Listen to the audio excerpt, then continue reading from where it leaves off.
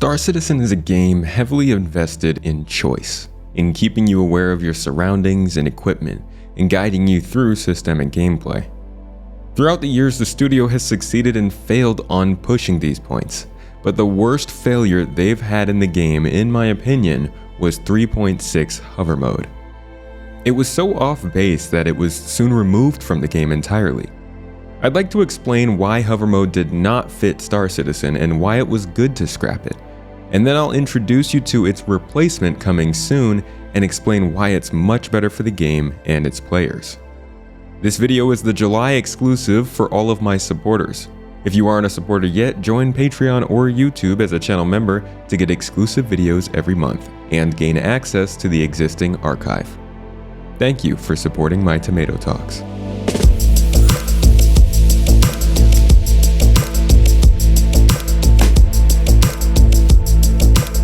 The first problem with hover mode was that it was introduced as its own mode. This was not a self-applied VTOL flight. It was a specific type of flight that kicked in once your ship was traveling below a certain speed. Right away you can see how this is a bit different from other changes the game has made to the flight model, where things like combat mode or landing mode aren't necessarily limited by your ship speed. They're only made more easier or more difficult. Many of these features of the game are added in ways that offer additional risk and reward to the player. However, this hover mode did not. There was no choice involved in activating this mode. And while I highlight that, and many players did clamor for a toggle to the mode, simply fixing that problem would not have gotten us close to solving all of our problems. When your ship entered this hover mode, it would begin acting like a helicopter, grouping all thrusters together and directing them towards the ground in one vector. This, again, felt like an artificial limitation to flight that wouldn't allow for players to use the intelligent flight communication system to make choices based on their style of gameplay and flight. This did help to stop players from floating in their ships in any orientation under gravity with no consequence, but even that was thrown off by the helicopter style of thrust applied that basically meant you had to stay straight up. Instead of thrusters accounting for your angle of attack and allowing you to stay in place, ships would simply begin moving in whatever direction the bottom-facing thrusters dictated. This felt pretty cool, but overall it didn't make much sense considering the application. It was also incredibly glitchy, as things are in this game. But the difference with this glitchiness is that it affected every player in the game every time they played, and it just wasn't fun. It oftentimes didn't act correctly and would send players sideways without the slightest bit of sideways thrust. I know this because I was one of those players, and I, of course, was always happy to hear how much I just needed to get good. And to make matters worse, while we had some level of a landing map back in Alpha 2.6, there was no such thing in Alpha 3.6. According to the developers on the feature, the idea was there. So not necessarily just a camera that shows you below. We're looking for like an AR, a 3D AR solution, exactly, so that you can see. So you don't just get a 2D representation of what's below you. You actually see the terrain, you see the slope, and you see some kind of guidance. To your best potential landing area. That's the plan. But when asked if it was coming anytime soon, you got an ETA? No. Not 3.6. Right. Not 3.6, yeah. So we had no way of looking down, and a very challenging method of landing that made it hard to tilt so we could look down. This required a third-person landing from most people and resulted in a lot of death and lost cargo. And the problem wasn't really that it was so difficult. It was that players had no visual or audible way of knowing why it was so difficult or accounting for it. It was a complete botching of a feature release in my opinion with hindsight, and the fact that so many players still don't know it ever even existed means CIG might have agreed.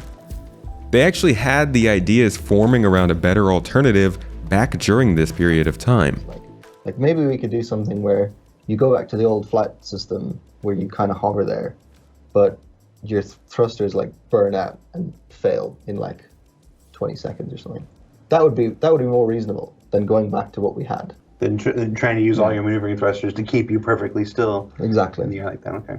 And shortly after, thruster efficiency curves were added to the game in order to differentiate atmospheric flight from space flight by drawing more emphasis to the aerodynamics rather than the thrusters. If you listen to the early explanation of the feature, this is exactly what they were going for. So going forward, we're going to change the efficiency of the thrusters in atmosphere.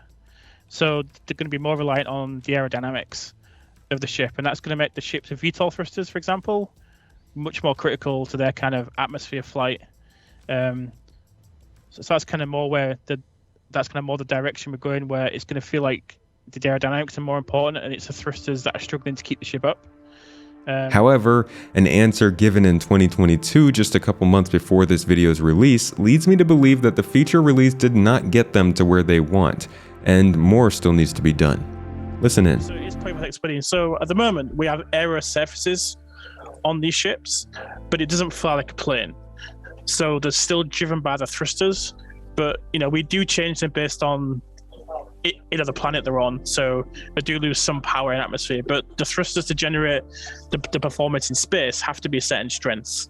To generate the accelerations that we require in space.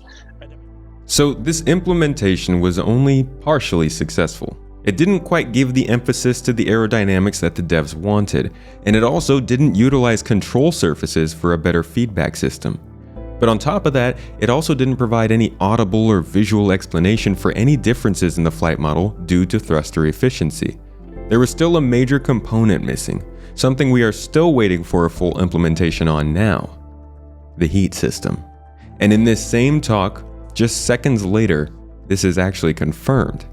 Like a Gladius, as well as needing that control surface to keep up in the air, like if you're not going fast, those thrusters can start overheating as an extra penalty. So let's talk about what VTOL flight would actually look like with this new system and how it's going to fix those past mistakes.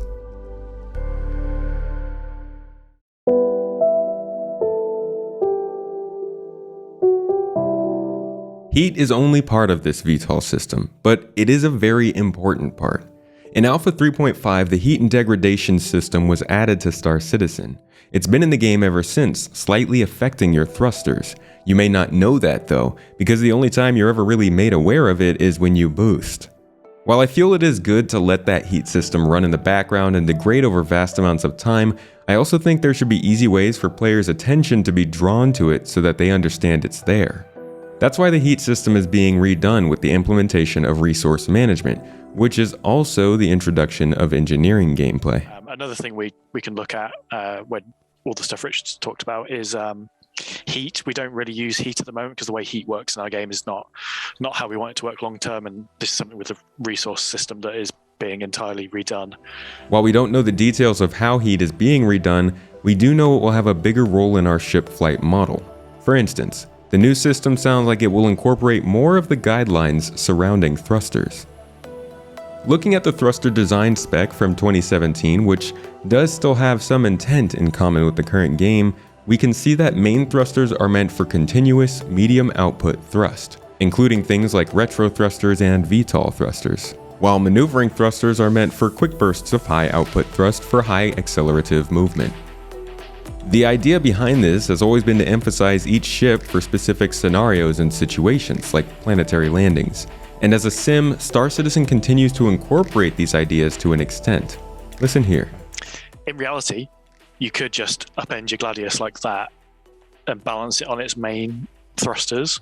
But because they're powerful enough to do that, so they should be powerful enough to do that, but they're going to be working so hard that that heat is going to build up and we can cause intentional problems doing it that way. While this specific example is about a main thruster, the idea translates to all types of thrusters in different scenarios. The heat system will limit our thrusters to some extent in order to encourage forethought. This heat system also allows them to restrict our flight as they did before, but have an actual excuse for it: the inability to vent the required heat. This is much more in line with the way Star Citizen tends to function, and I think it's a vast improvement over the limiting factor that was hover mode. But how does this become the new VTOL system that I'm talking about? I don't have all the answers, sorry, but we can see the direction this is going. With such a heavy emphasis on control surfaces and the aerodynamics of ships keeping you from flying too slowly, CIG would be smart to give players a warning that they're approaching that drop out of the sky moment. This should be where on-screen indicators inform you of rising temperatures. With some cockpit shake and audible feedback, this could be a very immersive experience. Now, going back to what John Crew said in the recent video, this would apply for all orientations, considering no thrusters outside of VTOLs would be able to hold their angle for very long. So with the right indicators, this system will allow ships to briefly hover in the necessary position, but begin to impart consequences for continued stress, both in component degradation and eventually dropping out of the sky. Thus, ships with VTOL thrusters will have a huge advantage, giving players with the thought to plan for that an upper hand. It will inform players of why their flight is limited rather than just knocking them out of the sky, and it will greatly increase the immersion of atmospheric flight with a passable explanation. This also solves a big problem for the first hover mode, the helicopter effect I mentioned. Now, instead of being driven around by the pitch and roll of your ship, these thrusters will still attempt to accommodate you as much as they can before overheating, making hangar landings, precise movements, and weird maneuvers at low speeds easier if you are able to still pull them off fast enough. Need more time? Luckily, the plan is all ready for thrusters to be replaceable. A low heat thruster may be just what rookies need for this kind of application. As long as VTOL thrusters can pivot, the benefits will be seen with things like the SRV carrying goods, the Prospector cracking rocks on the ground, or the Valkyrie finding the perfect LZ for troops.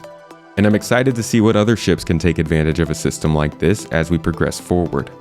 But this system is still a ways out, with resource management progressing well into next year. Late 2023 is the earliest I would expect something like this, but we may see it a bit sooner. Regardless, this will of course take plenty of testing and iteration, so I don't expect it to be super enjoyable for a while after we see it. In fact, it's possible they can't match this model when push finally comes to shove. Most of what I've stated here is still just a plan, so we'll have to see. I will say this though, when low-speed flight is this crucially important, I think auto landing will still need to be an important option to have, maybe by an AI blade. The fact of the matter is that some people will work missions that have them landing 20 times in a 3-hour play session, whereas somebody else may just have to land once. Both players should have the choice of automating that process for a price or embellishing in that process for fun. A feature like VTOL flight is meant to both highlight player choice and the benefits or consequences linked to them, as well as diversify and specialize gameplay to build a deeper game. That's what I think this will do for us. But like auto landing, I think there will be a slew of new hurdles and opportunities that may show themselves when a system like this is finally implemented.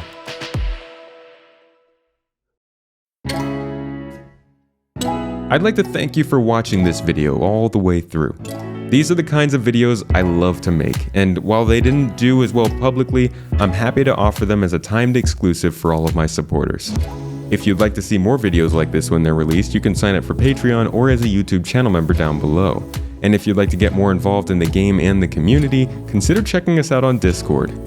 Thank you again for supporting me in this channel. I hope you learned something new in this video, and I'll catch you in the next one.